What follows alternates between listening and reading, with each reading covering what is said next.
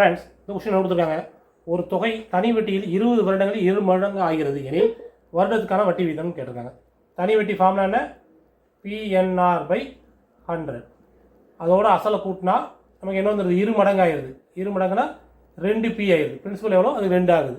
இப்போ PNR/100 மட்டும் இங்கே வச்சுங்க. PNR/100 2P. இது அங்கே போச்சுன்னா என்ன வரும்? -P. P 2Pலேருந்து P கழிச்சிங்கன்னா 1P வரும். அப்போது PNR/100 ஈக்குவல் டு P. அப்போ N வந்து எவ்வளோ தெரியும்? 20 தெரியும். R என்னன்னு கேட்டிருக்காங்க. பை 100 P டிவைடட் பை இந்த P இங்கே கொண்டு தான் என்ன ஆகும்? டிவைட் ஆகும்.